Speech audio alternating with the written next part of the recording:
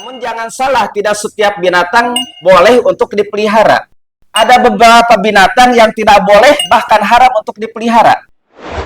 Seorang Bani Israel di zaman dahulu, dia adalah seorang pelacur, tetapi karena kasih sayangnya kepada seekor anjing yang kehausan, ia memberikan minuman kepada seekor anjing yang kehausan, kemudian ia diberikan hidayah oleh Allah Subhanahu wa taala sehingga seorang pelacur tersebut masuk ke dalam surganya Allah.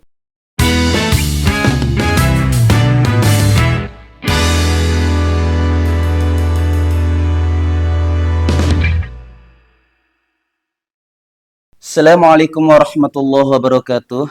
Innal hamdalillah wassalatu wassalamu ala Rasulillah wa ala alihi wa ashabihi wa man tabi'ahum bi ihsanin ila yaumil qiyamah amma ba'd. Alhamdulillah, pada kesempatan malam hari ini kita masih bisa berbincang, masih bisa bertatap muka walaupun cuma di media sosial. Masih di channel YouTube yang sama, channel kebanggaan kita semua, yaitu Ngabdi Podcast, Ngaji Bari Diuk, Ngaji Bari Ngopi, Ngaji Bari Berbagi Ilmu. Sebagaimana kita ketahui semua bahwa channel ini adalah channel berbagi ilmu, bertukar pikiran, bertukar pendapat. Jadi kepada subscriber atau pemirsa sekalian juga, apabila ada yang mau berpendapat atau mau berkomentar, silahkan cantumkan komentarnya di kolom komentar. Sebagai pembuka untuk mengawali kajian kita atau tukar pikiran kita pada malam hari ini, saya akan membacakan sebuah firman Allah Subhanahu wa taala, sebuah ayat.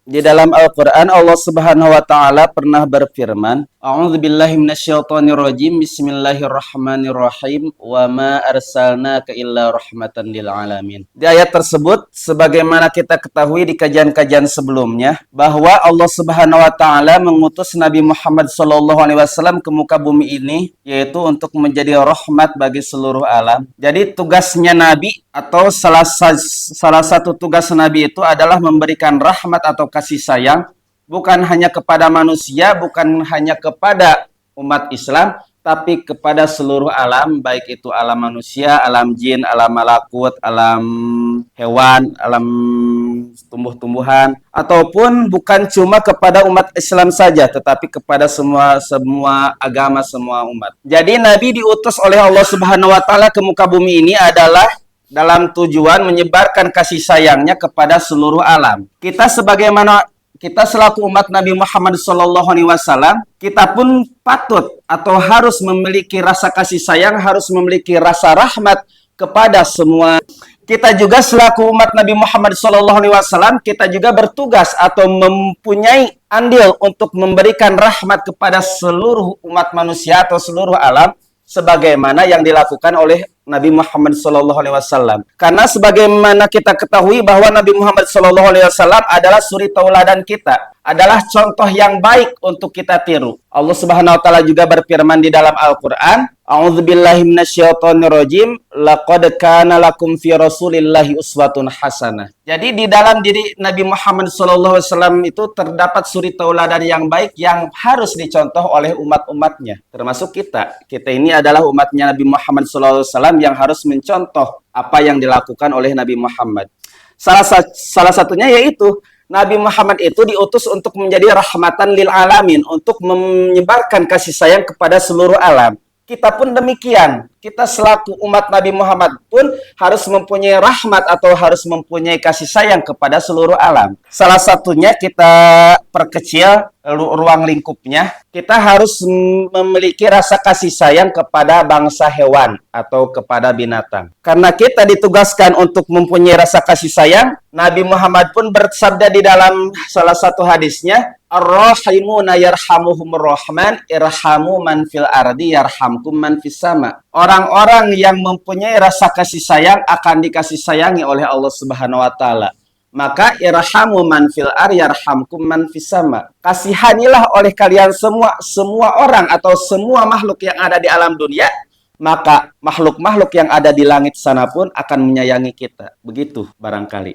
Nah, banyak dari kita menunaikan atau menjalankan apa yang dicontohkan oleh baginda Nabi berupa rahmatan lil alamin. Salah satunya kita juga, banyak di antara kita semua juga, saking mempunyai kasih sayang kepada binatang, banyak di antara kita orang-orang yang memelihara binatang. Betul, ada yang memelihara anjing, ada yang memelihara kucing, manuk. Di antaranya ada yang memelihara hewan yang bisa dimakan, sampai ada yang memelihara hewan yang haram untuk dimakan. Ada yang memelihara hewan yang jinak-jinak, sampai ada di antara mereka orang yang memelihara hewan yang buas-buas. Bahkan ada orang-orang yang memelihara binatang bertujuan untuk memberikan kasih sayang atau kasihan kepada binatangnya, justru sebaliknya. Malah binatang tersebut terzolimi oleh mereka. Binatang tersebut tersakiti oleh mereka.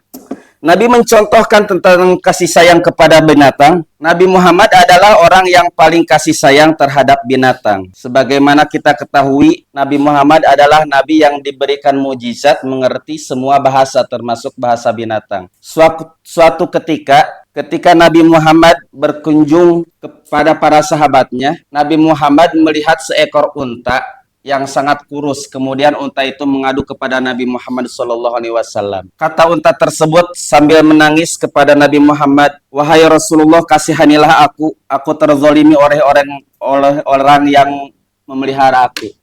Kemudian Nabi Muhammad memanggil, "Punya siapa unta ini?" "Punya saya, wahai Rasulullah." Kemudian sahabat tersebut dimarahi oleh Rasulullah SAW karena tidak memberikan hak kepada si unta tersebut, tidak memberikan makanan yang wajar kepada si unta tersebut. Bahkan di dalam riwayat lain, ada seorang wanita yang taat beragama, tetapi seorang wanita tersebut memiliki seekor kucing yang ia sembunyikan di dalam kamarnya.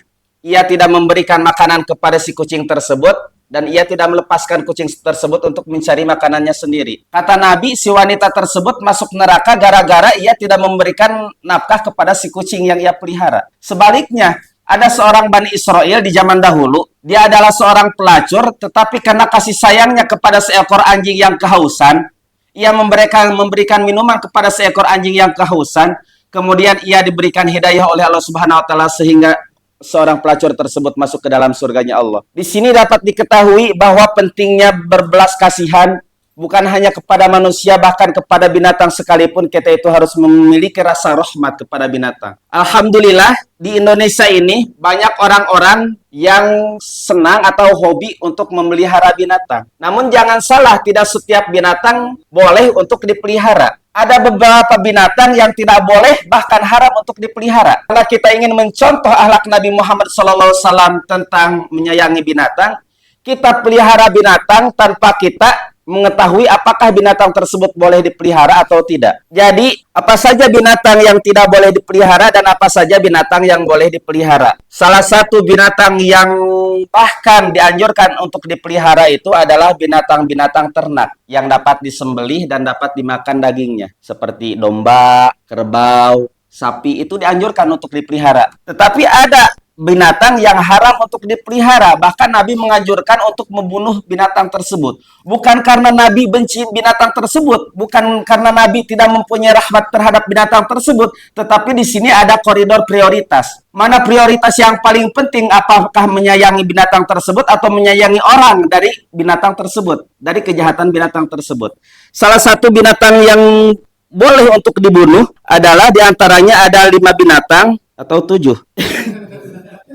Di dalam hadis Bukhari Muslim, ada 5 jenis hewan yang boleh dibunuh. Di antaranya yaitu burung gagak, burung elang, kalajengking, tikus, dan anjing yang menggigit, anjing nugalak. Nah, hewan-hewan tersebut dibunuh bukan karena Nabi dibolehkan dibunuh, bukan karena Nabi tidak mempunyai rahmat terhadap binatang tersebut, tetapi Nabi memprioritaskan untuk memberikan rahmat kepada yang sebagiannya lagi. Kalau binatang tersebut tidak dibunuh, boleh jadi binatang tersebut melukai banyak manusia. Begitu kira-kira. Di dalam hadis lain juga, riwayat Abu Dawud, Nabi menyebut ular juga termasuk dalam hewan yang boleh dibunuh. Bahkan Rasulullah SAW mengutamakan harus membunuh ular yang di punggungnya terdapat 2 garis putih dan ular yang ekornya pendek. Karena ular tersebut sangat berbisa dan dapat menghilangkan nyawa manusia. Nah, jadi intinya kita itu harus menyayangi semua makhluk, diantaranya yaitu binatang-binatang. Boleh kita pelihara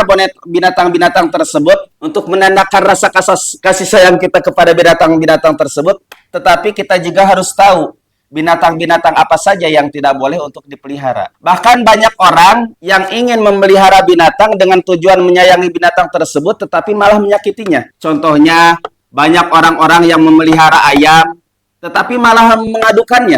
Malah membuat ayam tersebut supaya disakiti, diadu ayam tersebut. Itu adalah suatu kesalahan yang sangat fatal. Tujuan memelihara tetapi malah menyiksa binatang tersebut. Ada juga orang yang memelihara domba untuk diadu, orang yang memelihara cupang untuk diadu. Itu tidak boleh, karena niat memelihara tetapi justru malah menyakiti binatang tersebut. Dan itu dilarang oleh Nabi Muhammad SAW. Bahkan Nabi mengharamkan untuk membunuh domba, untuk menyembelih domba, sapi atau unta, kecuali untuk tujuan memperoleh makanan, sebagaimana diriwayatkan di dalam hadis Imam Bukhari Muslim. Jadi kita tidak boleh menyembelih unta atau sembelihan yang lainnya, tetapi kita tidak bermaksud untuk mengambil dagingnya untuk kita makan atau orang lain makan. Jadi cuma menyembelih sia-sia saja.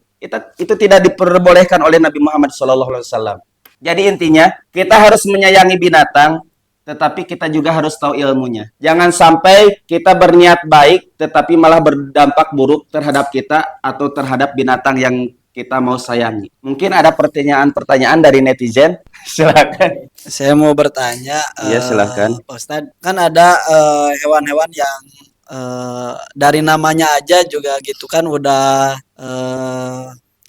untuk diadu gitu, buat diaduin gitu. Contohnya ada ayam jago, terus ada domba adu katanya, kan gitu. Terus kalau kita nggak diaduin kan kitanya jadi dolim gitu. Itu gimana Pak Ustadz? Makasih Pak Ustadz. Terima kasih kepada netizen yang berdebah.